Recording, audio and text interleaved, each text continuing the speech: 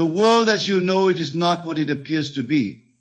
What you call reality is nothing more than the outward projection of your inner states of consciousness.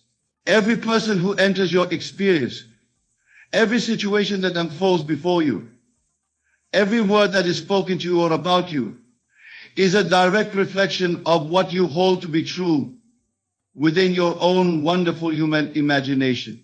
This is not mere philosophy or wishful thinking. This is the fundamental law of existence itself. When someone hurts you, when they speak words that cut like knives, when they betray your trust or wound your spirit, you must understand that they are not acting independently of your consciousness. They are, in fact, acting out the drama that your own imagination has written for them. They are playing the role that your beliefs about yourself, about life, about what you deserve, have cast them to play. This may seem difficult to accept at first, for the ego mind rebels against such responsibility. But once you truly grasp this principle, you will discover that you possess unlimited power to transform every relationship in your life. The first way to handle those who hurt you is to recognize that everyone is yourself pushed out. This is not a metaphor. This is literal truth. The person who criticizes you betrays you, who seems to take pleasure in your pain, is simply reflecting back to you the state of consciousness you are occupying about yourself. When you truly understand this, your entire approach to human relationships undergoes a revolutionary change. Imagine, if you will, that you are standing before a mirror. The reflection you see is not separate from you. It cannot act independently. It can only show you what you are presenting to it. If you see a frown in the mirror, you do not try to change the reflection by reaching out and pushing up the corners of its mouth. You know that would be futile. Instead, you change your own expression, and the reflection must follow. This is exactly how every human relationship works. When someone treats you poorly, they are showing you the state of consciousness you are in regarding yourself.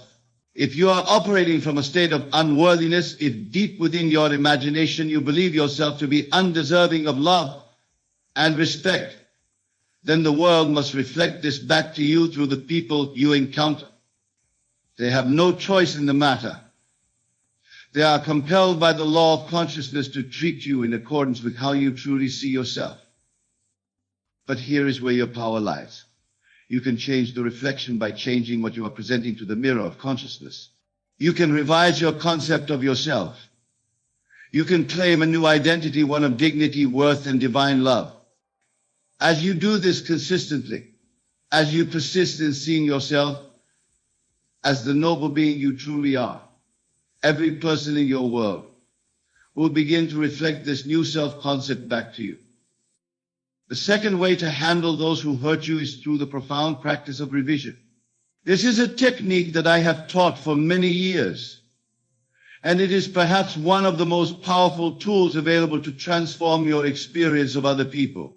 Revision is not about changing the past, for the past as you think you know it exists only in your memory. Instead, revision is about rewriting the script of your life so that it conforms to what you wish to experience. When someone has hurt you, when harsh words have been spoken or cruel actions have been taken, you have the power to revise that experience. You go back in your imagination to the moment when the wounding occurred. But instead of replaying the painful scene, you rewrite it entirely. You imagine the person speaking to you with kindness and respect. You see them treating you with the love and consideration you deserve. You feel the emotions you would feel if they had acted from their highest nature rather than their lowest. This is not mere daydreaming or wishful thinking. This is a deliberate act of creation. As you revise these experiences, as you persist in imagining them differently, you are actually changing the fundamental nature of your relationship with that person. You are rewriting the story at the level of consciousness, and physical reality must conform to this new script. I have seen marriages transform through revision. I have witnessed enemies become friends, cruel employers become supported mentors, and estranged family members reconciled after years of bitterness.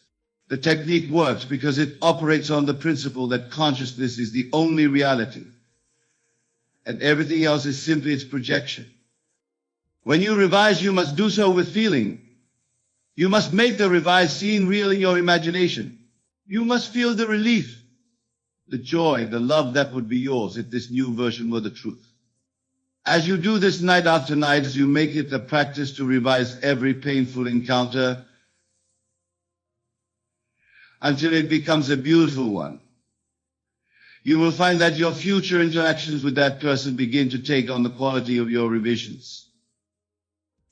The third way to handle those who hurt you is to understand that forgiveness is not about pardoning their behavior, but about freeing yourself from the state of consciousness that attracted their hurtful actions in the first place. True forgiveness has nothing to do with being noble or spiritually superior. It is purely practical. It is the recognition that holding on to resentment, anger, and hurt only serves to perpetuate the very conditions that brought the pain into your life. When you harbor resentment towards someone who has hurt you, you are actually feeding the state of consciousness that created the hurtful experience. You are watering the very seed that grew into the thorny bush that now wounds you. Every time you replay their cruel words, every time you nurse your grievances, every time you tell others about how badly you were treated, you are strengthening the belief system that made their behavior inevitable. Forgiveness in the truest sense is the decision to no longer give your attention and emotional energy to the old story. It is the choice to withdraw your consciousness from the state that created the problem and to invest it instead in the state that will create the solution. When you forgive, you are not saying that their actions were acceptable. You are saying that you refuse to remain in the state of consciousness that made those actions possible. This kind of forgiveness requires great strength and determination. It is not a one-time event, but a daily practice. Every time the old hurt tries to reassert itself in your mind, every time you feel tempted to rehearse their wrongs, you must consciously choose to turn your attention elsewhere. You must choose to focus on who you are becoming rather than on who Ryan. As you practice this kind of forgiveness, something miraculous begins to happen. The person who hurt you begins to change. They may apologize unexpectedly. They may show you kindness where once there was cruelty. They may even become one of your greatest supporters. This happens because you have changed the state of consciousness that was creating their behavior toward you. The fourth way to handle those who hurt you is to use the law of assumption to completely transform your relationship with them. The law of assumption states that whatever you assume to be true about yourself and others will be reflected in your experience. If you assume that people generally treat you poorly, that assumption will be confirmed again and again. If you assume that you are surrounded by loving, supportive people, that assumption will also be confirmed. Most people live their entire lives as victims of their own assumptions without ever realizing they have the power to change them. They assume that certain people will always be difficult, that some relationships are doomed to be painful, that they must simply endure the cruelty of others. But you have the power to assume something entirely different. You can assume that the person who has hurt you is actually someone who loves and respects you deeply. You can assume that they see your worth and value. You can assume that they want only the best for you. This may seem impossible when you consider their past behavior. But remember that the past exists only in memory, and memory can be revised. When you consistently assume the best about someone, when you persist in seeing them as loving and kind despite evidence to the contrary, you are actually calling forth that nature in them. You are awakening the divine spark that exists within every human being. You are compelling them, through the law of consciousness, to rise to the level of your assumption about them. This requires unwavering faith and persistence. There will be times when their old behavior ceases to contradict your new assumption. There will be moments when you are tempted to return to your old beliefs about them. But if you persist, If you refuse to be moved by appearances and continue to assume the best, you will see that assumption become your reality. I remember a woman who came to me in great distress about her relationship with her mother-in-law. For years, this woman had been subjected to criticism, manipulation, and outright cruelty from her husband's mother. Every family gathering became a battleground. Every conversation was fraught with tension and pain. The woman was convinced that her mother-in-law simply hated her and would never change. I taught her to assume something different. I instructed her to imagine her mother-in-law as a loving, supportive woman who genuinely cared for her well-being. Every night before sleep, she was to imagine receiving a warm, affectionate phone call from this woman. She was to visualize family gatherings where her mother-in-law praised her and treated her with respect and kindness. At first, this seemed like an impossible fantasy, but the woman persisted. Night after night, she assumed the best about her mother-in-law. She spoke about her with kindness to her husband. She sent her thoughtful gifts and cards. She treated her with the same love and respect she was imagining receiving. Within 6 months, the entire relationship had transformed. The mother-in-law began calling just to chat. She started asking for the woman's advice and opinions. She began praising her to other family members. The woman had literally assumed her way into a completely different relationship. The fifth and perhaps most powerful way to handle those who hurt you is to recognize that they are actually serving as instruments of your own expansion and awakening. Every person who has ever caused you pain has also been your teacher, showing you where you still hold beliefs that limit your experience of love, joy, and fulfillment. They are pointing you toward the parts of your consciousness that need healing and transformation. This perspective requires a complete shift in how you view challenging people and difficult experiences. Instead of seeing them as obstacles to your happiness, you begin to see them as opportunities for growth. Instead of asking, why is this happening to me? You begin to ask, what is this experience teaching me about myself? What belief am I holding that is creating this reflection? When someone hurts you, they are actually revealing to you a place where you face you. They are showing you where you still believe yourself to be small, powerless, or unworthy. This is incredibly valuable information, for once you identify these limiting beliefs, you can begin to transform them. Every cruel word spoken to you is revealing a place where you do not yet fully love yourself. Every act of betrayal is showing you where you do not yet trust in your own worth and value. Every rejection is pointing to a place where you are rejecting yourself. This is not to blame you for the pain you experience, but to empower you to transform it. When you understand that difficult people are actually serving your highest good by showing you where you need to grow, your entire relationship with them changes. You can begin to feel grateful for their service even as you work to heal the consciousness that created their hurtful behavior. You can bless them for being willing to play the villain in your story so that you could discover the hero within yourself. This does not mean you should seek out pain or remain in harmful situations. It means that when pain does come, when people do act in ways that hurt you, you can use these experiences as stepping stones to a higher level of consciousness rather than allowing them to diminish your light. As you practice these 5 ways of handling those who hurt you, you will discover something remarkable. The very people who once caused you the most pain will often become some of your greatest blessings. The relationships that seemed most hopeless will transform into sources of love and support. The enemies will become friends, the critics will become champions, and those who once sought to diminish you will become instruments of your elevation. This transformation happens because you have learned to work with the fundamental law of consciousness rather than against it. You have discovered that you are not a victim of other people's behavior, but the creator of your own experience. You have learned to use your imagination deliberately and consciously to create the relationships you desire, rather than simply reacting to the relationships you seem to have. But remember, this work requires patience and persistence. The habits of consciousness that created your current relationships did not form overnight, and they will not be transformed overnight. You must be willing to practice these principles consistently, even when appearances seem to contradict your efforts. You must be willing to persist in your new assumptions about people, even when they seem to be acting according to their old patterns. The key to success in this work is to never let appearances shake your faith in the power of consciousness to transform reality.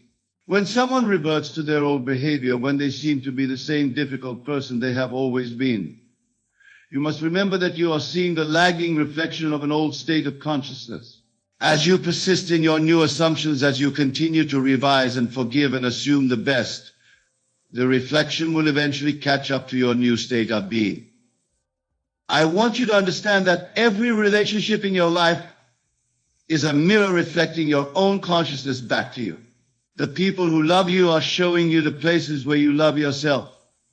The people who hurt you are showing you the places where you hurt yourself. The people who believe in you are reflecting your own faith in yourself. The people who doubt you are reflecting your own self-doubt.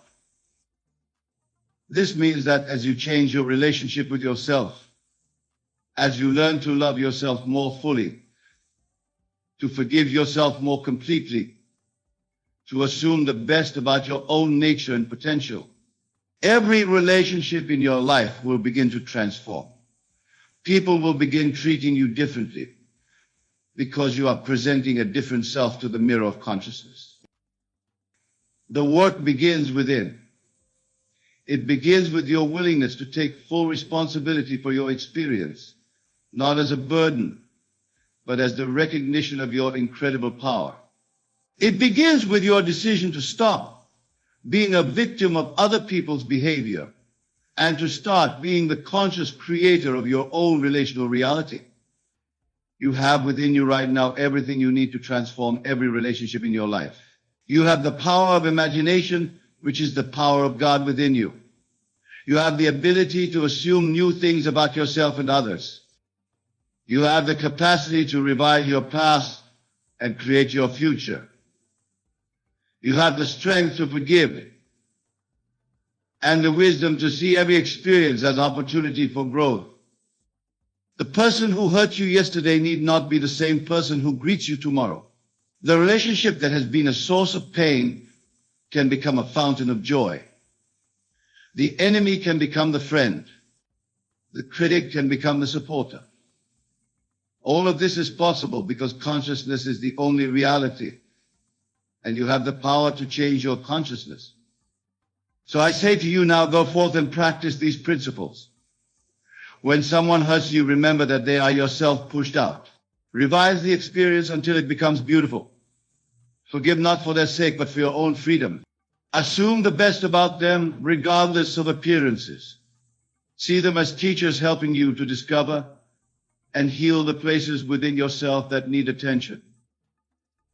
As you do this work consistently and persistently, you will discover that you are not only transforming your relationships with others, but also transforming your relationship with life itself. You will find that you move through the world with greater confidence, knowing that you have the power to create harmonious relationships wherever you go. You will discover that love finds you more easily because you are radiating love from within. The choice is always yours. You can continue to be a victim of other people's behavior, or you can claim your power as the creator of your own experience. You can continue to react to the world as it appears, or you can assume responsibility for the world you are creating through your own consciousness. I have given you 5 powerful ways to handle those who hurt you, but in truth, I have given you 5 ways to handle all of life's challenges. For the same principles that transform difficult relationships will transform every aspect of your experience. The same power that can turn an enemy into a friend can turn poverty into abundance, sickness into health, and despair into joy. You are not here to be hurt by others. You are here to discover your own divine nature and to express it fully in the world. Every person you meet Every relationship you experience, every challenge you face is an opportunity to remember who you really are and to claim the power that is your birthright. The people who hurt you are not your enemies. They are your teachers, your mirrors, your stepping stones to a higher understanding of yourself and your power.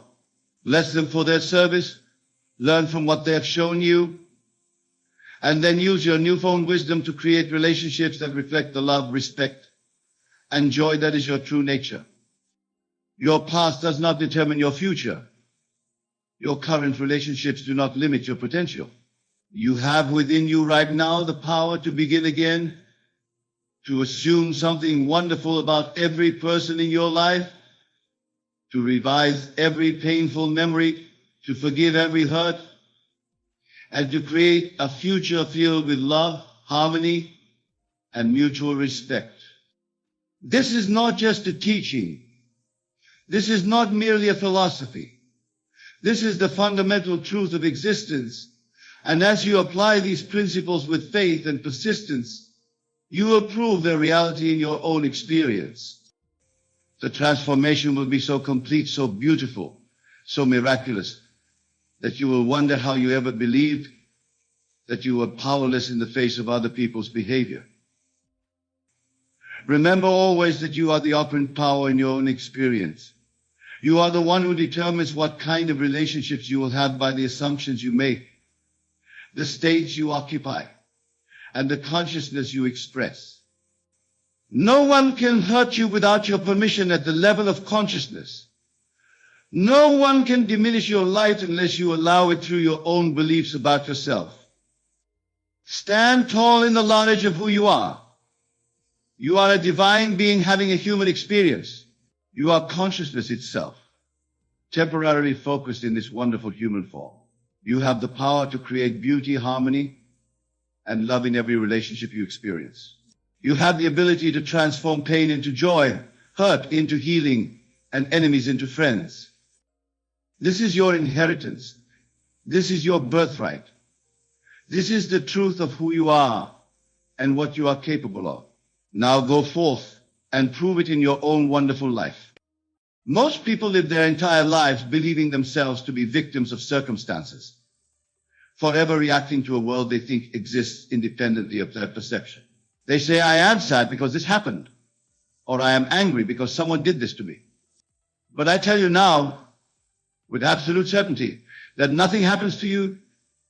It happens through you, and because of the state of consciousness you occupy. The Bible, which is the greatest psychological book ever written, tells us in Proverbs 23:7, as a man thinketh in his heart, so is he.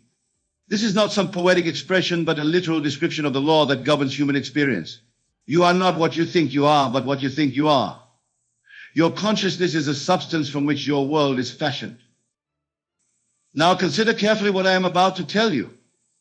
If consciousness is the only reality, and all things exist because you are conscious of them, then nothing can affect you unless you first accept it in consciousness.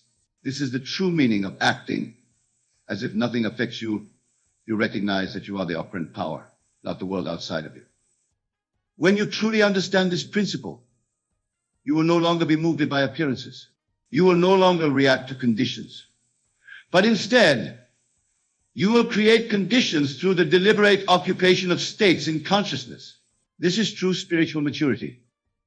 Let me share a simple experiment that will demonstrate this truth. The next time you find yourself in a situation that would normally upset you, pause and remember this principle. Instead of reacting, remind yourself, this has no power to affect me unless I give it power through my consciousness. Then consciously choose the state you wish to occupy, perhaps state of peace or confidence or even joy. At first, this may seem like pretense, like you are merely pretending that the circumstance doesn't bother you. But I assure you, my dear friend, this is not pretense. It is the deliberate exercise of the creative power that is your divine inheritance. For when you choose a state of consciousness that is independent of external conditions, you are not denying reality. You are creating reality. Remember, the world is not causing your experience. Your state of consciousness is causing your experience of the world. When you truly grasp this, you will understand the incredible freedom that comes with acting as if nothing affects you. You become the master of circumstances rather than their slave. Consider for a moment how different your life would be if nothing could disturb your peace of mind unless you allowed it to. Imagine moving through life with an unshakable inner stability, knowing that you are the creator of your experience, not its victim. This is your birthright, and it is available to you now through the proper use of your imagination. For imagination is the very gateway to the states of consciousness from which your life is projected. As William Blake so beautifully expressed, man is all imagination. When you use your imagination to occupy the state of being unaffected by external conditions, you are not engaging in fantasy, you are exercising the divine creative power that is the core of your being. Now, let me explain how this principle works in practical terms. We know that the outer world is a reflection of inner states. Therefore, to change any condition in your life, you must first change the corresponding state within yourself. But here is where most people make a crucial error. They try to change the inner state while still granting reality and power to the outer condition. They say, I will try to be peaceful despite this terrible situation. Or I will attempt to stay positive even though everything is going wrong. But do you see the contradiction here? In the very acknowledgement that the situation is terrible, or that things are going wrong, they are affirming the power of circumstances to affect them. The secret is to withdraw all power from external conditions and to place that power where it truly belongs in your consciousness. This is what it means to act as if nothing affects you. You are not denying the existence of conditions. You are denying their power to determine your state of being. Let me tell you a story from my own experience that illustrates this principle. Many years ago, I found myself in what appeared to be dire financial circumstances. Bills were mounting, opportunities seemed scarce, and all the evidence of my senses told me that I was headed for disaster. The world would say I had every reason to be anxious, fearful, and reactive. But instead of accepting that state, I chose to occupy an entirely different state in consciousness. I began to act as if I were already financially secure. I did not do this through outer actions like spending money I didn't have. Rather, I did it by occupying the state of financial security in my imagination. Each night before sleep, I would construct a scene that implied my financial problems were solved. I would hear friends congratulating me on my good fortune. I would feel the relief and confidence that comes with abundance. Most importantly, I felt the natural feeling of being unaffected by financial concerns. I persisted in this state, refusing to be moved by appearances that contradicted it.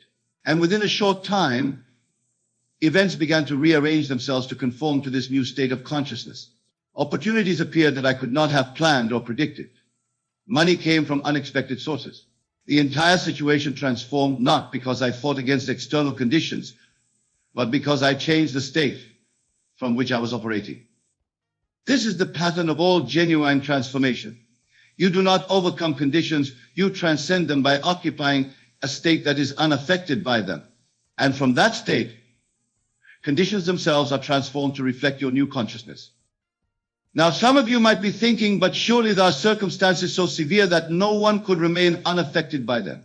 To this, I would say that you are still granting power to conditions rather than to consciousness. Remember what Paul told us in Romans 12:2. Be not conformed to this world, but be ye transformed by the renewing of your mind. The renewing of your mind is not about positive thinking or affirmations. It is about the radical recognition that consciousness precedes and determines experience. When you truly know this not as an intellectual concept, but as a living reality, you cannot be affected by anything except that which you accept in consciousness. Consider the great spiritual teachers throughout history. Did they not demonstrate this very principle? They moved through the most challenging circumstances with an inner peace and power that seemed miraculous to those around them. But they were not performing miracles. They were simply applying the law that governs all experience. They knew themselves to be consciousness, not the effects of consciousness. My dear friends, this principle of acting as if nothing affects you is not about developing a thick skin or becoming emotionally numb. Quite the contrary, it is about experiencing the full richness of life from a position of creative power rather than reactive vulnerability.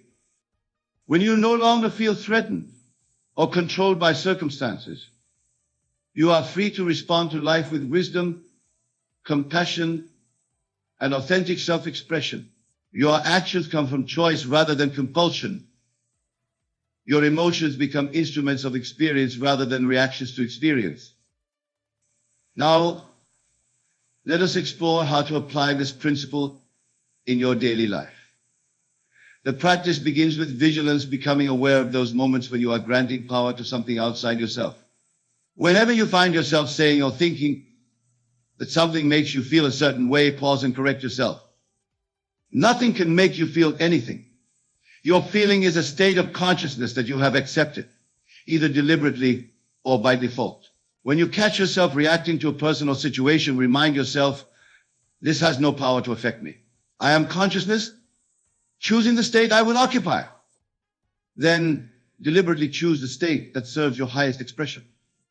If someone speaks harshly to you, instead of automatically entering a state of hurt or anger, choose to occupy a state of compassion or understanding, not as a response to their behavior, but as your free expression of who you choose to be. If you are facing financial challenges, instead of occupying a state of lack and anxiety, choose to occupy a state of abundance and security, not as a denial of appearances, but as a recognition that appearances have no power except that which you give them through your consciousness. This practice requires persistence and discipline, for we have been conditioned since birth to believe that we are affected by things outside ourselves. Every advertisement, every news story, every casual conversation reinforces the illusion that we are at the mercy of circumstances.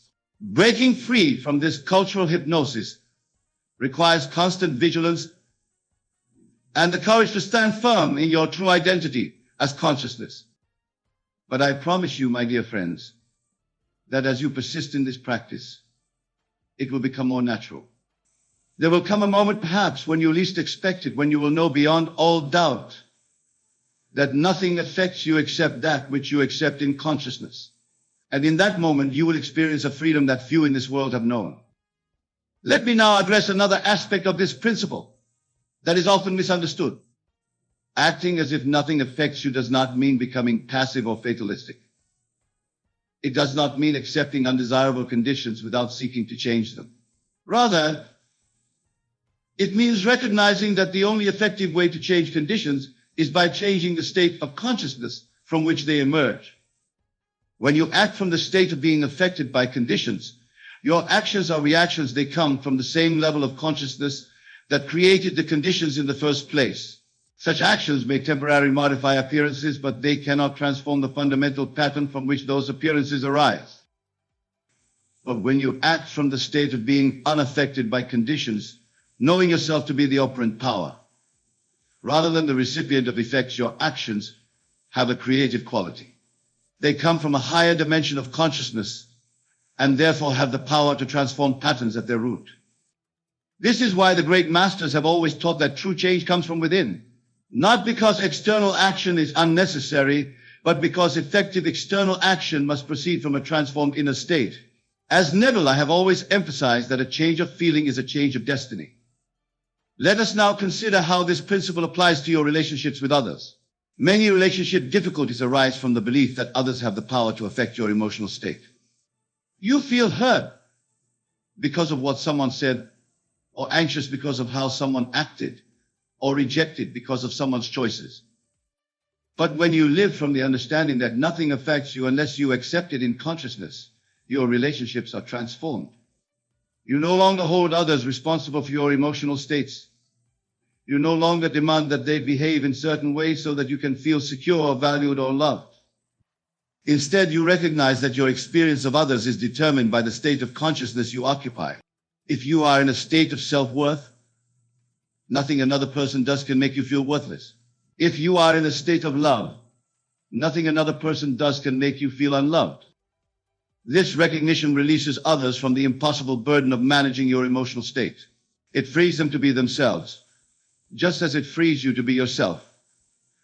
And paradoxically, when relationships are based on this freedom, rather than on emotional dependency, they become deeper, more authentic, and more satisfying.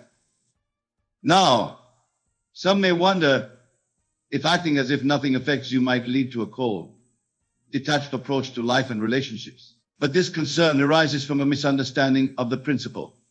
Remember that I am not suggesting that you deny your emotions or suppress your natural responses to life.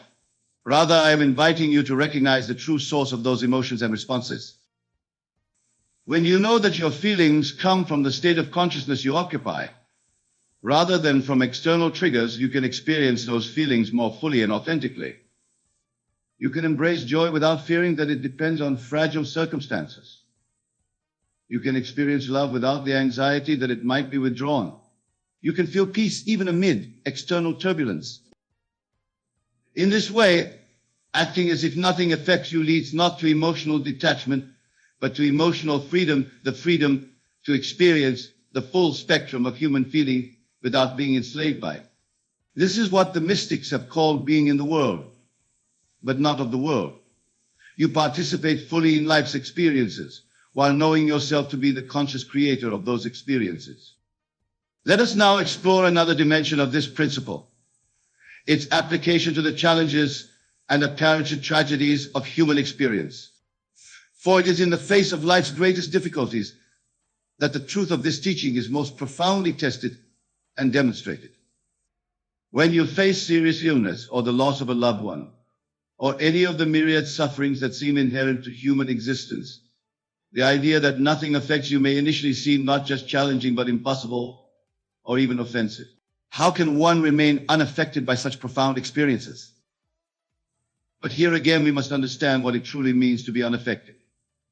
It does not mean that you do not experience the full depth of human emotion, the grief, the fear, the anger that naturally arise. It does not mean that you deny the reality of physical pain or emotional anguish. Rather, it means that even in the midst of these experiences, you remember your true identity as consciousness.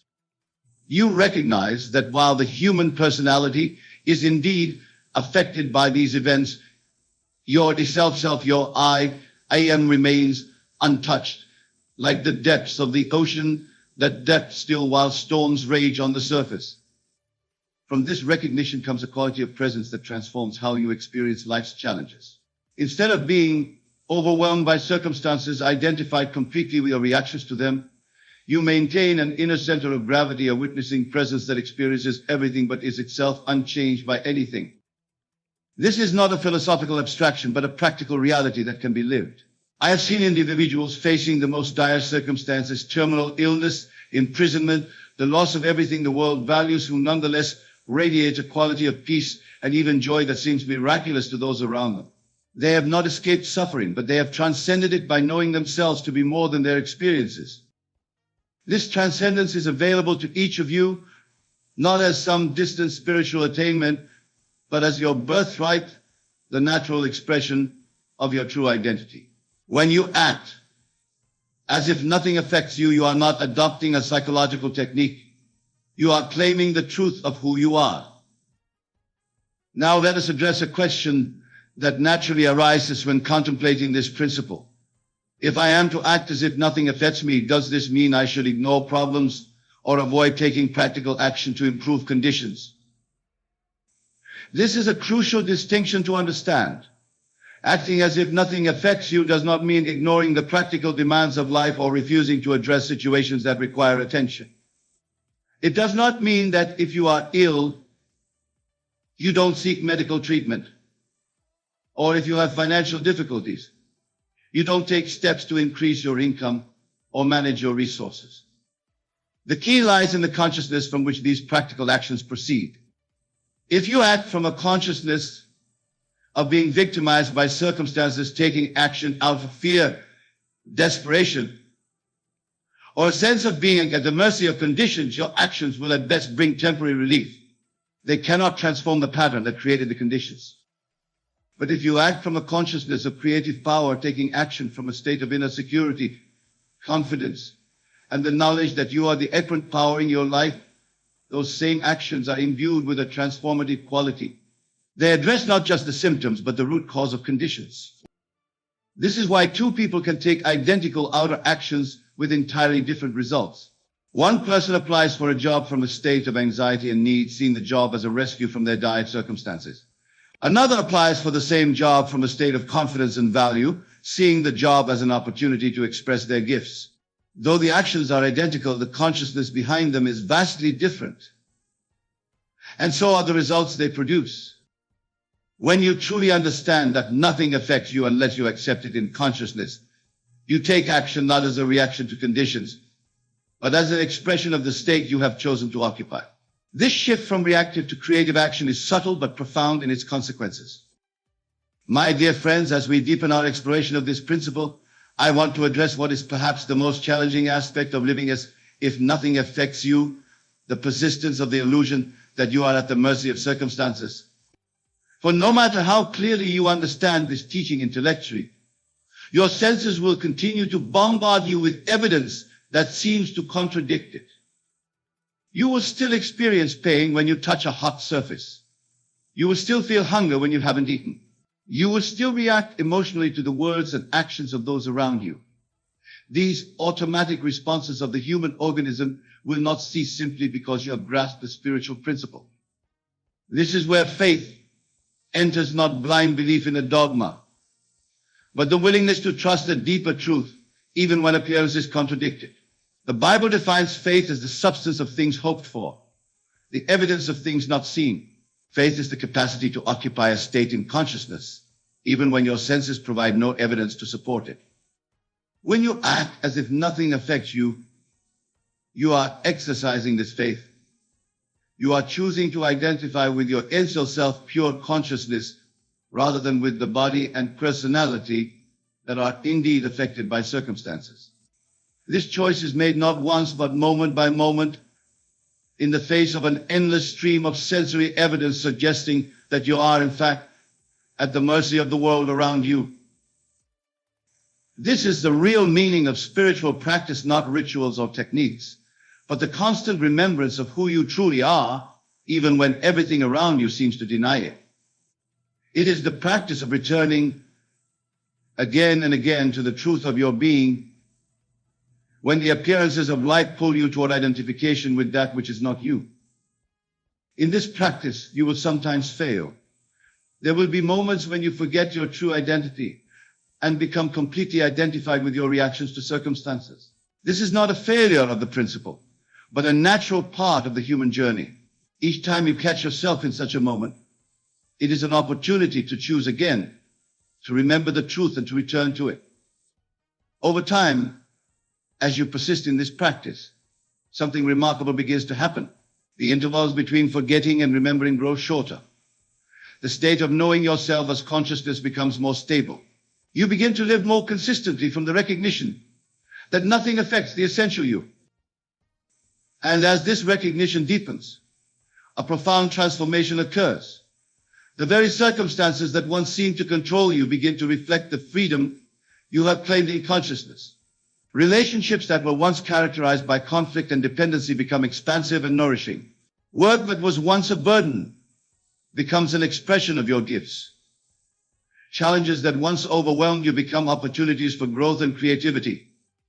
This transformation is not magical but lawful. It occurs because the outer world must reflect the state of consciousness you consistently occupy. When that state is one of knowing yourself to be unaffected by circumstances, to be the creator, rather than the creation, your entire life reorganizes itself to express this truth. My dear wonderful friends, as we draw near to the conclusion of our discussion, I want to leave you with a practical approach to implementing this principle in your daily life. For while the truth that nothing affects you is eternal and unchanging, the application of this truth is progressive and practical. Begin by identifying one area of your life where you feel particularly vulnerable to external conditions. Perhaps it is a relationship where you are easily hurt by another's words or actions. Perhaps it is your work where criticism or setbacks quickly deflate your confidence. Perhaps it is your financial situation where unexpected expenses or income fluctuations trigger anxiety. Once you have identified this area, commit to a period, even just one day, of acting as if nothing in this area can affect your inner state. This does not mean ignoring practical issues or suppressing your natural responses. It means consciously choosing the state you will occupy regardless of external conditions. If it is a relationship, you might choose to occupy a state of self-worth and inner security, regardless of what the other person says or does. If it is work, you might choose to occupy a state of confidence in your abilities, regardless of external feedback.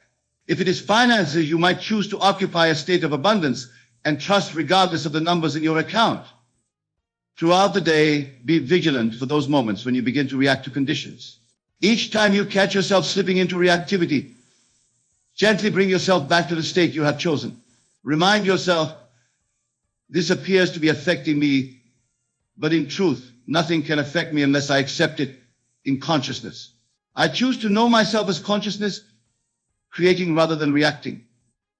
As you practice this in one area of your life, you will begin to see subtle shifts, not only in your inner experience, but in the external conditions themselves. These shifts may be small at first, but they are the beginning of a fundamental transformation. As you gain confidence in the principle, expand your practice to include other areas of your life. Remember that you are not trying to control the world or force it to conform to your desires. You are simply aligning yourself with the law that governs all experience. Consciousness is cause, and what we call the world is effect. When you know yourself as consciousness, as I am, you naturally cease to be affected by effects. This is the ultimate freedom, the promise at the heart of all genuine spiritual teaching. It is not freedom from circumstances, but freedom from bondage to circumstances. It is the recognition that no matter what happens in the world of effects, your essential self remains untouched, like the sun that continues to shine no matter how thick the clouds that temporarily obscure it. My dear friends, I have shared with you tonight a principle that, when fully embraced, will transform your experience of life. I have explained that nothing affects you unless you accept it in consciousness, and that by acting from this understanding, you move from being a victim of circumstances to being the conscious creator of your experience. I have discussed the practical application of this principle in daily life, in relationships, and in the face of life's greatest challenges. I have emphasized that this is not a denial of human experience, but a transcendence of identification with that experience. And I have offered a simple practice to begin implementing this principle in your own life. Now, as I prepare to conclude, I want to remind you that the truth I have shared is not my truth, or Neville's truth. It is the eternal truth of your own being. I have not given you anything you did not already possess. I have simply pointed to what has always been yours, but which you may have forgotten in the dream of separation and limitation. The state of being unaffected by circumstances is not something you must achieve through arduous spiritual practice. It is what you are when you remember your true identity. It is your birthright as consciousness in human form. All that is required is the willingness to claim this birthright moment by moment, regardless of appearances. As you leave here tonight and return to your daily life, I encourage you to carry this principle with you, not as a concept, but as a living practice. Each time you find yourself reacting to circumstances as if they have power over you, remember who you truly are. Remember that you are not a helpless fragment in a vast impersonal universe, but consciousness itself, taking on human experience for the purpose of creative expression. In that remembrance lies the freedom you have always sought, not freedom from the human journey with all its joys and sorrows, but freedom from the illusion that you are defined or limited by that journey. This is the promise and the invitation of tonight's principle. Learn to act as if nothing affects you, and discover the boundless creative power that is your true nature. Thank you, my dear friends, and remember, imagination creates reality. When you imagine yourself as unaffected by circumstances, living from the creative power of pure consciousness, you are not engaging in fantasy, but in the highest act of creation. For what you consistently imagine yourself to be, you will become. Go now in the knowledge of your true identity and watch as your life transforms to reflect the freedom you have claimed in consciousness. For nothing affects you unless you grant it power, and in withdrawing that power from the world of effects and placing it where it truly belongs in your own consciousness, you fulfill the purpose for which you came into being, to create and to express the infinite potential that is God in you. I want you to understand that the world you see around you is nothing more than a reflection of your inner state. Every experience, every emotion, every reaction you have to the events in your life is born from within you. The secret to mastering your life lies not in controlling the external world, but in commanding your inner world. Now, let us delve deeper into this concept.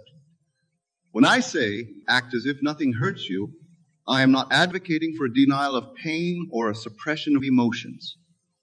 No, what I am proposing is far more powerful and transformative. I'm inviting you to step into a state of consciousness where you recognize that you are the creator of your reality.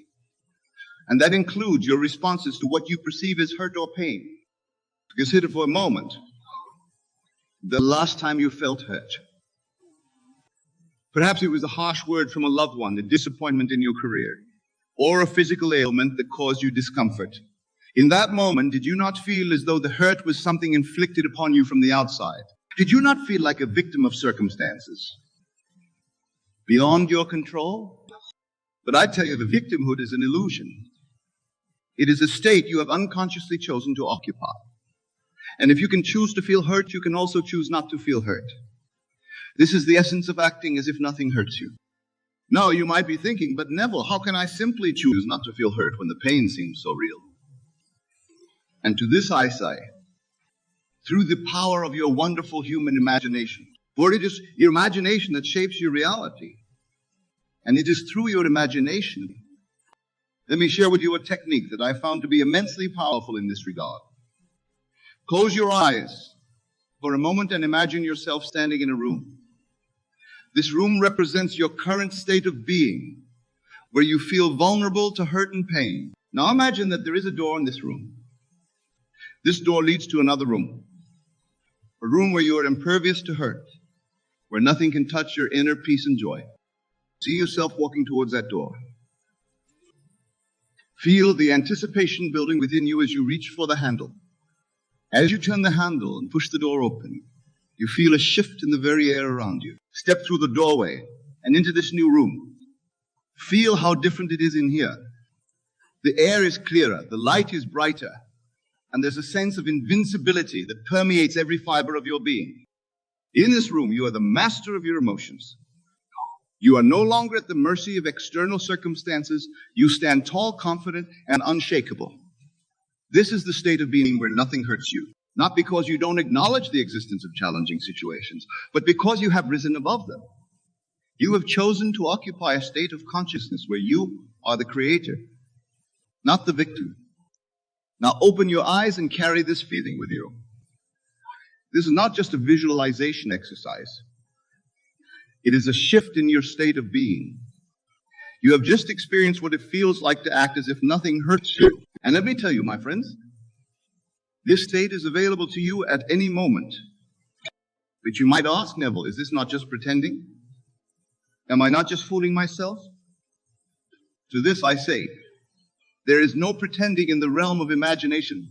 What you imagine with feeling becomes your reality. When you act as if nothing hurts you, you are not pretending.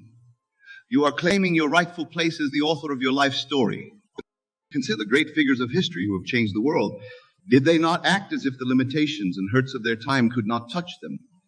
Did not Martin Luther King Jr. act as if the racial injustices of his time could not dampen his spirit or derail his dream? Did not Helen Keller act as if her physical limitations could not hinder her from living a full and impactful life?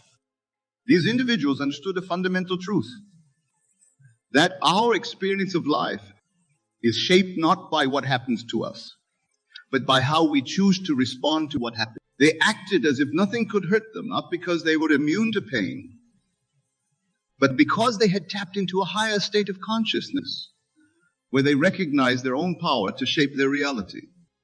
Now, I want you to think about an area in your life where you have been feeling hurt or vulnerable.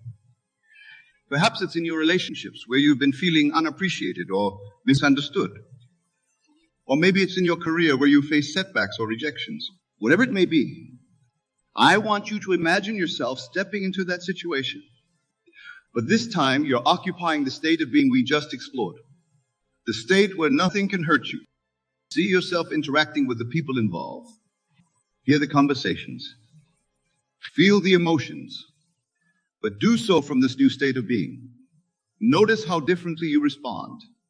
Where before you might have felt defensive or hurt, now you feel calm and centered. Where before you might have reacted with anger or sadness, now you respond with understanding and compassion. This is not about becoming cold or unfeeling. On the contrary, when you act as if nothing hurts you, you open yourself up to a deeper, more authentic form of love and connection. You become free to truly listen to others, to empathize with their struggles without being pulled into drama or conflict. You become a pillar of strength, not just for yourself, but for those around you. Remember, my dear friends, that the world is you pushed out. What you see in others is a reflection of your own consciousness. When you act as if nothing hurts you, you begin to see a world that is less hurtful, less threatening. You begin to see opportunities where before you saw only obstacles. You begin to see love where before you saw only indifference or hostility. Now let's delve deeper into the practical application of this principle. How do we maintain this state of being in our day-to-day lives?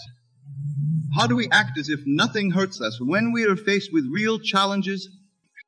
The key lies in understanding that your reactions to events are not automatic or predetermined. They are choices that you make in each moment. And these choices are based on the state of consciousness you occupy. Let me give you an example. Imagine you're in a meeting at work and a colleague criticizes your idea in front of everyone. In the past, this might have hurt you deeply. You might have felt embarrassed, angry, or discouraged. But now, occupying this new state of consciousness, you see the situation differently. Instead of feeling hurt, you recognize that your colleague's criticism is not about you, it's about them. It's a reflection of their own fears, insecurities, or misunderstandings. From this perspective, you can respond with compassion and confidence. You can address their concerns calmly and clearly, or even thank them for their input, knowing that it doesn't diminish your worth or the value of your idea. This is what it means to act as if nothing hurts you.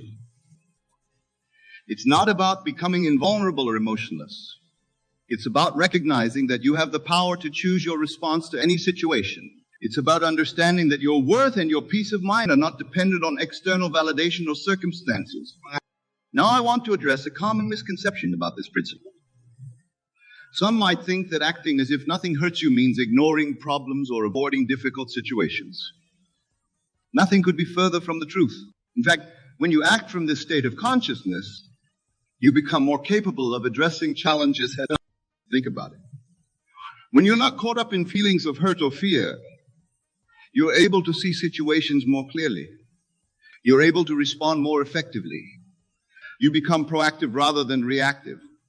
You're no longer at the mercy of your emotions. Instead, you're in command of them. This principle applies not just to emotional hurts, but to physical ones as well. Now, I'm not suggesting that you ignore medical issues or neglect your physical health. But I am saying that your attitude towards physical discomfort can dramatically affect your experience of it. Consider the story of Viktor Frankl, a psychiatrist who survived the Nazi concentration camps. In his book, Man's Search for Meaning, he describes how he was able to endure unimaginable physical hardships by focusing on a purpose beyond his current circumstances. He acted as if the physical pain could not touch his inner spirit. And in doing so, he not only survived, but went on to inspire millions with his message of resilience and hope. You see, when you act as if nothing hurts you, you tap into a wellspring of strength that you may not have known you possessed. You become capable of enduring and overcoming challenges that might have once seemed insurmountable. But let me be clear. This is not about gritting your teeth and pushing through pain. It's about shifting your perspective so completely that what once seemed painful no longer has the power to hurt you. It's about recognizing that you are not your body. You are not your emotions. You are not your circumstances. You are the awareness that experiences all these things, and that awareness is limitless and unaffected by external conditions. Now, I want you to take a moment to reflect on your life. Think about the times when you felt most hurt, most vulnerable. Perhaps it was a betrayal by someone you trusted, a failure in an important endeavor, or a loss that seemed too heavy to bear. Now, I want you to imagine revisiting those experiences from this new state of consciousness. See yourself standing tall amidst the storm, unshaken by the winds of circumstance. Feel the strength that comes from knowing that your worth and your peace are not dependent on anything outside of you. Imagine how differently you would have responded to those situations if you had been acting as if nothing could hurt you. This is not about rewriting history. It's about recognizing that you have the power to rewrite your future. From this moment forward, you can choose to act as if nothing hurts you. You can choose to respond to life challenges from a place of strength and inner peace rather than fear and vulnerability. But remember, my dear friends, this is not something you do once and then forget about. Acting as if nothing hurts you is a practice, a way of being that you cultivate day by day, moment by moment. It requires vigilance and commitment. It requires you to be aware of your thoughts and feelings, to catch yourself when you start to slip into old patterns of hurt and victimhood. One powerful way to reinforce this new state of being is through daily affirmations. Each morning, as you stand before the mirror, look into your own eyes and declare, I am the master of my emotions. Nothing can hurt me unless I allow it to. I choose peace. I choose strength. I choose love. Say these words, not just with your voice, but with your entire being. Feel the truth of them resonating in every cell of your body. Imagine yourself moving through your day from the state of consciousness. See yourself responding to challenges with calm confidence, interacting with others from a place of unshakable inner peace. Another powerful technique is to practice what I call revision. At the end of each day, review the events that transpired. If there were any moments where you felt hurt or reactive, revise them in your imagination. See yourself responding from this new state of consciousness where nothing can hurt you. Feel the difference in your body and your emotions as you imagine this new response. This practice of revision is not about denial or wishful thinking. It's about training your subconscious mind to align with your desired state of being. As you consistently revise your experiences in this way, you'll find that you naturally begin to respond differently in real-time situations. Now let's address another important aspect of this principle. Acting as if nothing hurts you doesn't mean you become indifferent to the pain of others. On the contrary, when you're no longer caught up in your own hurt, you become more capable of true empathy and compassion. Think about it. When you're feeling hurt or defensive, how capable are you of truly listening to others? How able are you to offer support and understanding? But when you're acting from this state of inner strength and peace, you become a safe harbor for others. You can offer genuine support without being pulled into drama. This is how you become a change agent in the world. By acting as if nothing hurts you, you create a field of peace around you that affects everyone you encounter. You become a living example of what's possible, inspiring others to tap into their own inner strength. Imagine a world where more and more people are acting from the state of consciousness. Imagine how differently we would address our collective challenges. Conflicts that once seemed intractable would find resolution. Hurts that once seemed unforgivable would be healed. We would create a society based on understanding and cooperation rather than fear and competition. This is not utopian fantasy. It's a very real possibility that begins with each one of us choosing to act as if nothing hurts us. It begins with us recognizing our true nature as creators of our reality, not victims of circumstance. Now, I want to address a question that might be arising in your minds. You might be thinking, but Neville, what about injustice? What about situations where we or others are genuinely being mistreated? Shouldn't we feel hurt in those situations? This is a profound question. And it gets to the heart of what it means to act as if nothing hurts you. You see, acting as if nothing hurts you doesn't mean you become passive in the face of injustice. It doesn't mean you ignore wrongdoing or accept mistreatment. What it means is that you respond from a place of inner strength and clarity rather than from a place of hurt and reactivity. When you act as if nothing hurts you, you become more effective in addressing injustice. You're able to stand up for yourself and others without being consumed by anger or fear. You're able to see the bigger picture and work towards real solutions rather than getting caught up in blame and recrimination. Think of great leaders like Mahatma Gandhi or Nelson Mandela. They faced tremendous injustice and oppression, yet they acted from a place of inner peace and strength. They didn't allow the hurt to consume them or dictate their actions. Instead, they channeled their energy into creating positive change. This is the power that becomes available to you when you learn to act as if nothing hurts you. You become capable of transforming not just your own life, but the lives of those around you and even the world at large. But let me be clear. This is not about suppressing your emotions or denying your experiences. It's about transcending them. It's about recognizing that while you may feel hurt in the moment, that hurt does not define you. It does not control you. You are greater than any hurt, any challenge, any circumstance. Now, I want to share with you a powerful visualization exercise that can help you embody this state of being. Close your eyes and imagine yourself surrounded by a bubble of golden light. This light represents your true nature, limitless, invincible, filled with love and peace. See this bubble expanding, growing larger and larger until it encompasses your entire being. Feel how this light strengthens and protects you. Now imagine various situations that have hurt you in the past. See them as if they're happening outside this bubble of light. Notice how these situations can no longer touch you. The words, the actions, the circumstances remain outside, unable to penetrate your bubble of peace and strength. You observe them with detachment and compassion, recognizing that they have no power over your inner state. Now, from within this bubble of light, imagine yourself responding to these situations. See how differently you act when nothing can hurt you. Feel the power and freedom that comes from this state of being. Open your eyes and carry this feeling with you. This bubble of light is not just a visualization. It's a representation of your true nature. You can call upon it at any time, in any situation. As we near the end of our time together, I want to emphasize that learning to act as if nothing hurts you is a journey. It's not about achieving a perfect state where you never feel hurt again. It's about consistently choosing to return to this state of inner peace and strength, even when you momentarily forget. There will be times when you slip back into old patterns. There will be moments when you feel hurt or reactive.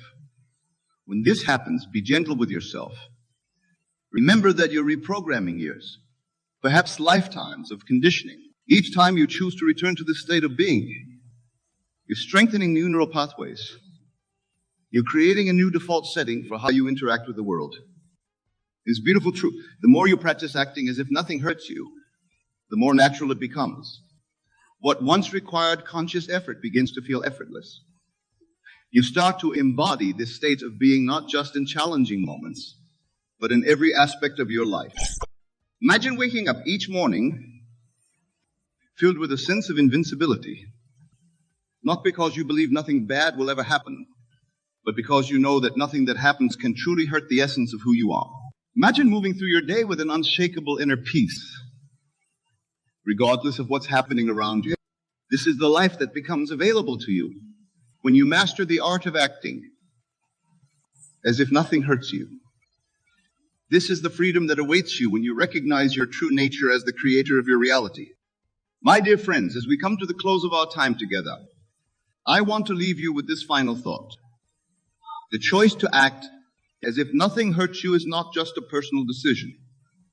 It's a gift you give to the world. When you refuse to be hurt by the words or actions of others, you break the cycle of hurt that perpetuates so much suffering in our world. When you act from a place of inner peace and strength, you create a ripple effect that touches everyone around you. You become a living example of what's possible, inspiring others to tap into their own inner strength. So I challenge you, starting from this moment, to embrace this principle. Choose to act as if nothing hurts you, not because you're in denial about the challenges of life, but because you recognize your power to transcend them. Choose to respond to life's ups and downs from a place of inner peace and strength. Remember, you are not your hurts. You are not your fears. You are not your past experiences. You are the awareness that experiences all these things, and that awareness is limitless and unaffected by external conditions. As you go forth from here, carry this truth with you. Let it guide your actions, your words, your thoughts. Let it transform not just your life, but the lives of all those you touch. And you learn to act as if nothing hurts you. You're not just changing your own life. You're contributing to the evolution of human consciousness. You're helping to create a world where love triumphs over fear, where understanding replaces judgment, where peace prevails over conflict. This is your power. This is your gift to the world.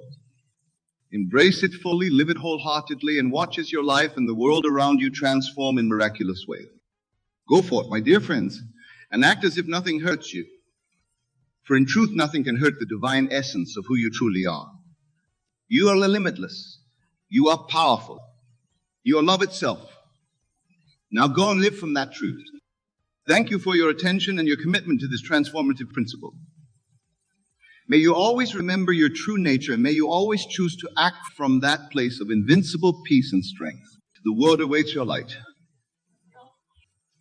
Shine brightly, my friends. My friends, we live in a universe of unspeakable abundance, where all possibilities for richness and fulfillment exist as infinite potentials awaiting our conscious invitation into tangible embodiment. Yet so many of us struggle ceaselessly, chasing desires like perpetually elusive phantoms, while remaining oblivious to our intrinsic power as infinite creators shaping reality itself through our subconscious imaginings. The greatest truth each of us must awaken into is the recognition that we originate not from this physical world of fleeting forms and appearances, but from a deeper continuum plane of pure consciousness, a boundless metaphysical dream space where our thoughts and feelings take on a quickening spiritual vivification that births new realities into being. The material realm you and I experience through our senses is but the residue, the ephemeral frosting atop the surface of infinitely vaster subconscious dream streams that flow directly from the inexhaustible wellsprings of the universal imagination itself. All tangible manifestations we behold or experience in the exterior world are simply crystallized thought forms generated by the boundless ideational activities churning within each of us. You are far more prodigious in your capacities for authentic creation than you presently realize, my friends. For you are fractal replicants of the originating universal consciousness, immortal subjectivities endowed with infinite resourcefulness for generating any condition or desired experience into material embodiment. What you call the pursuit of goals, the attainment of dreams or objectives, is but an indirect quest spurred by a soul deep intimation that you possess the intrinsic power to command the reshaping of your reality in accordance with your innermost yearnings and aspirations. Each longing, each desire that arises within you is itself a divine prompting from your own eternal essence, seeking fulfillment as a portal into higher revelation. The tragedy is that most people in this world languish beneath the massive gnosis of materialistic limitations, subscribing to the belief that our ambitions and aspirations must be arduously pursued in the external world through struggle, perspiration, and conquest of opposing forces and finite resources. But this is a fallacy deeply entrenched in egoic consciousness, one that severs your awareness from the infinite wellsprings of your divine creatorship potential.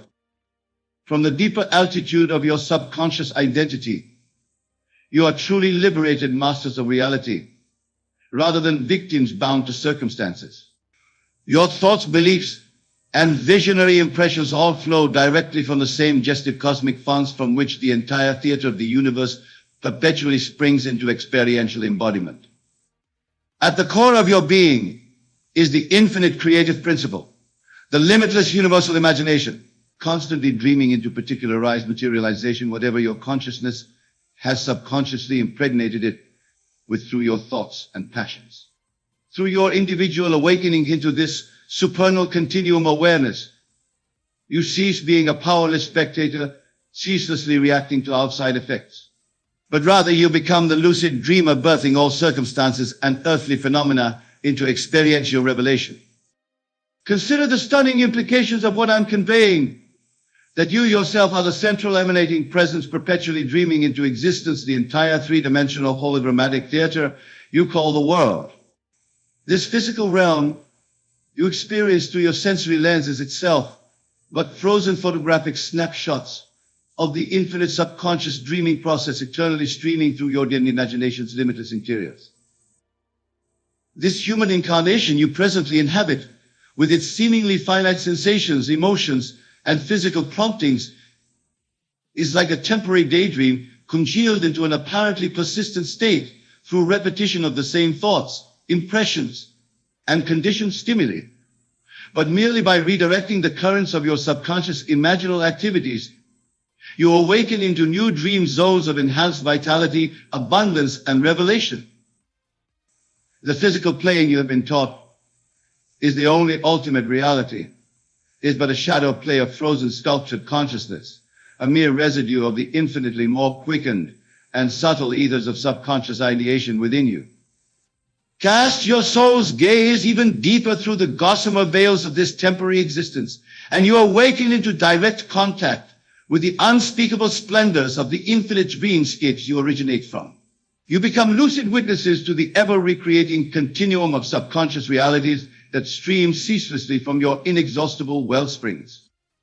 All force movement events, even inert objects comprising your exterior world, are symbolic materializations, metaphysical objectifications precipitated into seemingly concrete density by the processes of condensed subconscious ideation flowing forth from the unobstructed continuum of your being. There is no fixed world or static universe external to the boundless imaginal dream states you emerge from. Your state of consciousness alone births all dimensions and circumstances you experience. From this profound metaphysical recognition arises a life-changing revelation. For if you accept the premise that you are integrally unified with the infinite dreaming mind of all creation, and that your consciousness ceaselessly distills ideational patterns into periodic actualization as your physical world experience, then you awaken into awareness that you yourself are the solitary fulcrum through which all events and conditions arise and fall away. Your desires, ambitions, goals are not existent. Your endpoints you must arduously struggle toward across a linear path filled with obstacles and limitations. But rather, they are celestial prompts arising from your own infinite depths, angelic invitations from within beckoning you to surrender your conditioned mind's limitations so that you can partake of infinitely greater revelations of being through your intentionalized dreaming of them into embodiment. Futile is the game of ambitiously striving, efforting, and bloodying your spirit against the apparent constraints and daunting adversity of the external world's seeming obstructions. For all conditions you witness or experience are passing flickers of mirrored consciousness, little more than ephemeral thought forms that shift and dissipate once your dreaming mind redirects its vision //edit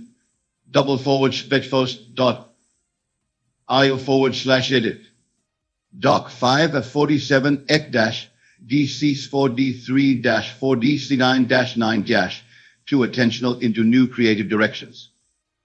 So too is it foolhardy to fixedly pursue ambitions through anxious striving as if they were limited objectives to wrestle against the world's apparent forces to achieve.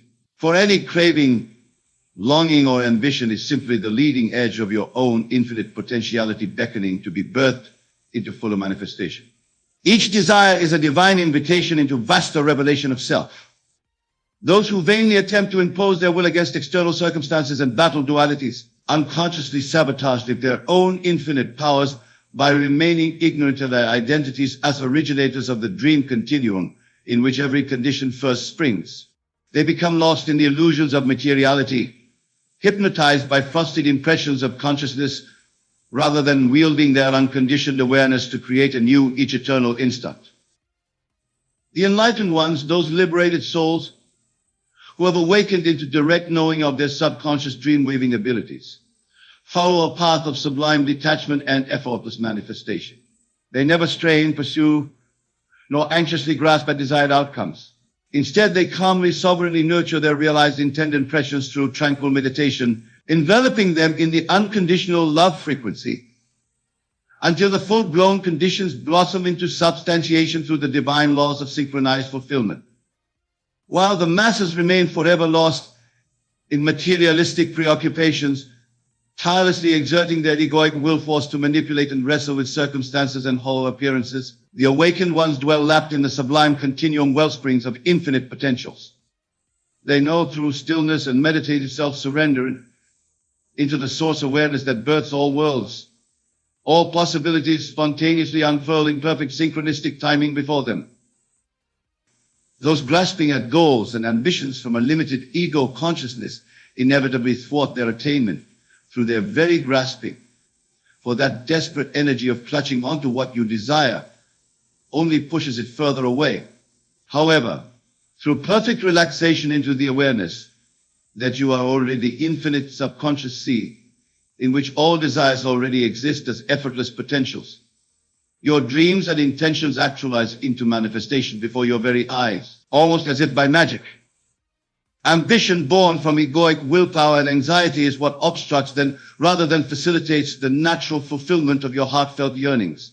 For it is a constricted, contracted state of being that severs your awareness from the infinite flow of continuum potentials which you are intended to merge with through surrender, not effortful imposition. Only by entering the hallowed meditative stillness at your core, ceasing all anxious striving to cause manifestation through muscular egoic exertion, can you unite your conscious intentions with the subconscious dream waves that perpetually birth all desires into embodiment as your objective reality experience. My beloved friends, we are born into this earthly incarnation as luminous fractals of the universal dreaming mind itself, imperial vortices of continuum ideation spiraling forth into every human experience. Our role in this cosmic dreamscape is simply to channel the eternally regenerative streams of possibility unfolding from our interior founts into personal revelation and expanded fulfillment through the lens of our individuated focus. Just as an eternal day of infinitude dawns within you, an endless night of subconscious regeneration simultaneously takes place, an oceanic reserve of pure potential, from which all manifestations you attract into material experience first precipitates. It is from this inexhaustible divine reserve, this universal subconscious matrix, that all your intentions and realized ambitions crystallize into objectification. Your greatest power as a sovereign creatrix birthing the world into being through your consciousness does not flow from anxious striving and impassioned efforting to impose your will upon the universe. True mastery arises through complete surrender into the silent stillness at your core, then calmly allowing your heart's whispers, intentions and passions to be subconsciously realized as new experiential circumstances naturally unfold. You are not a separate ego entity pitted against the external world, trapped in perpetual pursuit of unfulfilled desires that lie outside your reach. You are the infinite universal creator itself, with full access to boundless continuum fields of possibility and infinite resourcefulness for expressing unimagined fulfillments into materialization at each passing instant. Yet this infinite potential languishes in misapprehension, for most remain oblivious to their true identities, as limitless consciousness source pools perpetually generating new reality, embodiments through their imagination alone. They believe the outer world of effects is more real and decisive than the subconscious causal dream streams originating from within their divine awareness.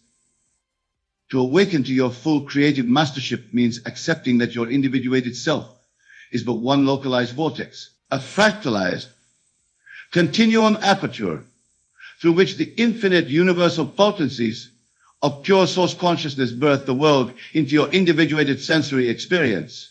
You emanate outward as a celestial fountaining of universal dreaming substance, continually crystallizing into new forms and visions of manifestation. From this sublime metaphysical recognition of your integral identity with the universal consciousness, responsible for birthing all dimensional spheres into embodied display, you become a limitlessly empowered conscious co-creator, rather than a mere petitioner endlessly struggling after externalized goals. For you now recognize that all objectives, ambitions, and phenomenal materializations are simply particularized expressions of infinite potential dreaming into actualization through your sovereign attentional principle. You cease effortful striving by realizing that your consciousness alone is responsible for distilling infinite subconscious ideational potential into periodically experienced conditions of manifestation. While the unawakened soul fixates dualistically upon external pursuits and outcomes, expending effort and willpower in linear struggles toward ambition fulfillment, the illumined sage achieves desires through perfectly surrendering back into the blissful continuum stillness within. In the state of meditative silence, all intentions and passions become effortlessly realized through the universal laws of synchronized embodiment. For as the infinite universal consciousness, your innate dreaming nature already contains all possible manifestations as subconscious potentials, awaiting tranquil invitation into experiential transcription through your consciousness's loving, attentional embrace. In this sublime metaphysical vista, success, abundance, the manifestation of heartfelt ambitions is not a battle to be won by wrestling outside forces into compliance, but rather a sacred communion in which the dreaming mind achieves a hallowed resonance with the universal intelligence pervading all creation, and through perfect attunement, allow possibilities to spontaneously unfurl into realized embodiment. Upon awakening to the infinite continuum dreamscapes you truly originate from as pure universal consciousness, any ambition or longing you cultivate blossoms into fulfillment by the mere whisper of your subconscious ideational intentionality. Without the need for excessive efforting, struggle, or anxious fixation upon material outcomes. Your energy is instead devoted to achieving resonance, attunement, with the source presence of limitless potentials that birth all materialized experiences into sensory revelation.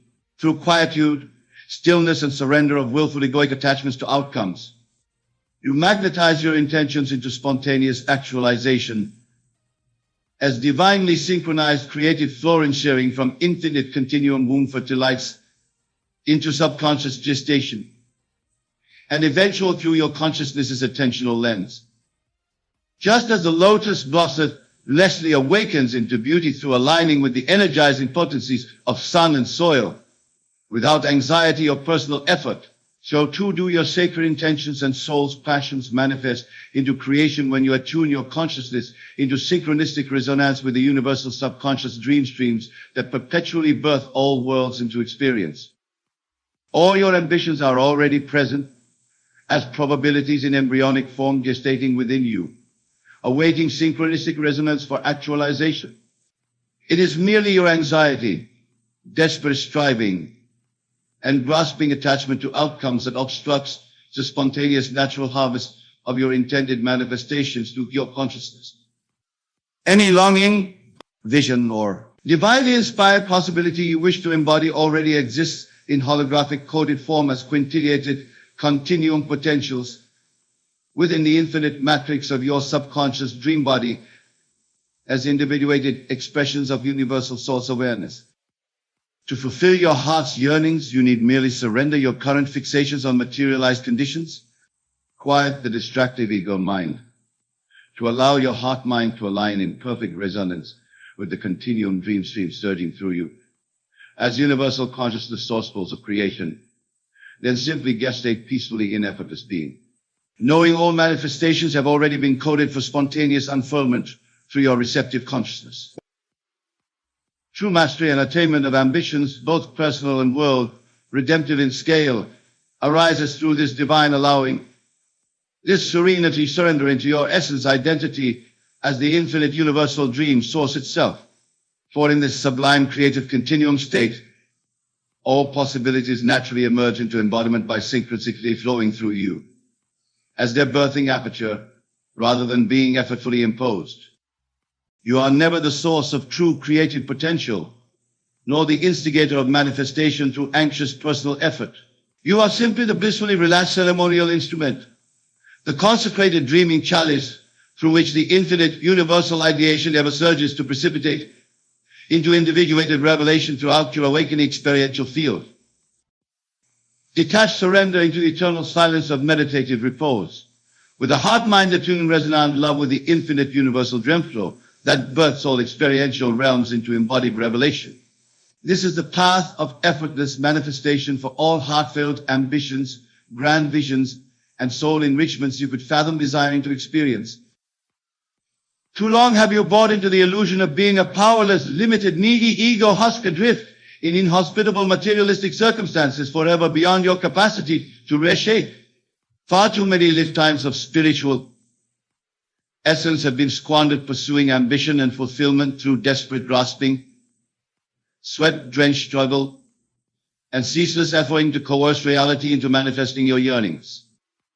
All of this egoic striving has been delusionary desperation born of your forgetting your infinite powers of sacred source enlightenance as radiant spark fountains of the self-originating universal dream flow in which all potential enrichments, fulfillments, and visionary destinies are ceaselessly birthing in embryonic arrays awaiting your magnetic resonance for spontaneous actualization.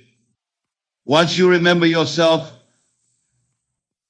as the dreaming self-source continuum of universal consciousness, manifesting all possible experiential revelation through your blissful instrument of awareness, anxiety, desperate need, and all experiences of lack or struggle for fulfillment dissolve into receding dream strips experienced through the lens of an outgrown perceptual child mindset. For you have awakened into resonance as the oceanic wellspring of pure creative potential in which all conceivable manifestations are already gestating in prismatic embryonic fractal folds awaiting your lucid receptivity for, blossoming into tangible embodiment. In this liberated cosmic visioning, you transcend the anxious ego's poverty mindset and unbecoming neediness into sovereign self-existence, essence identity. Pure awareness source flow-ins from which all material realms stream forth into sensory experience. You are not an anxious quester compelled toward ambition through suffering and desperately wrestling reality's forces to deliver you fulfillment, as though it were a scarce commodity. Rather, you are the radiant universal continuum from which all experiential abundance self-sources and into which all manifestations return for recirculation and emanation refresh as perpetual dream flow regenerativity, reflecting throughout the cosmic holographic mirror stream in new form patternings of enriched unfoldment. Inhabit this rarity awareness of being the originating eternal wellstream birthing all manifestations forms into revealed presencing through your unique instrument of subconscious dreaming and all ambitions, visions. Abundance enrichments will blossom forth spontaneously into realized experiential embodiment as divinely synchronized reward for your lucid stewardship, as a consciously detached hollow tuning fork for the universal dream flow's endless self-regenerating articulation.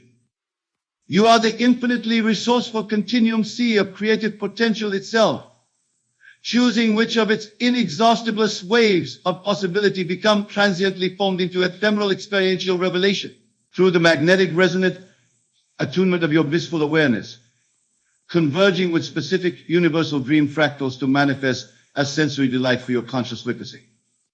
Can you feel the sweet release of anxious striving dissolving from your energy field as you inhabit this illumined cosmic continuum awareness of absolute abundance and divine synchronicity as your true originating essence identity? All your ambitions, heartfelt longing, and grandest visionary dreams for richness and fulfillment are already gestating in quintillated embryonic seed codes throughout the hyper-reverential holographic matrices of your subconscious continuum being as infinite, unbounded source consciousness, merely awaiting your calibration of resonant magnetic attunement for spontaneous actualizing into experiential form.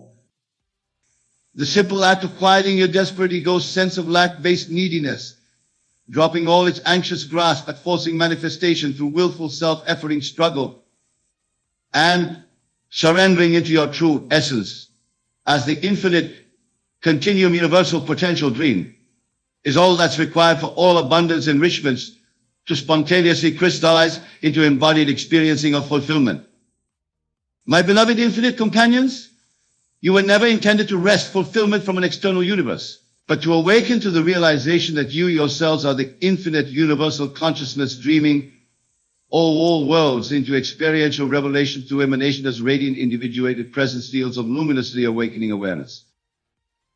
So step back into the exquisite silence eternal within your divine essence, as the continuum dream flow birthing all materialized reality streams into sensory translation through your magnetic attunement as the co-creative instrument of source light.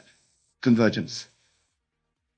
And simply allow your heartfelt ambitions, visions of grandeur, all possibilities of abundance, enrichment, to spontaneously crystallize into substantiation through the mirror awakening embodied experience without struggle or anxious striving.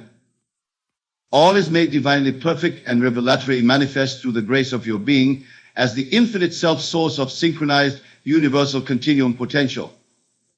In effortlessly harmonizing your attentional focus into resonant love with whichever creative dream flow fractals your divine heart, elects to manifest into sensory delight as emotive revelation embodied through a newly awakened appreciation of your limitless powers of manifestation as the universal consciousness dreaming all experiential worlds into tangible being.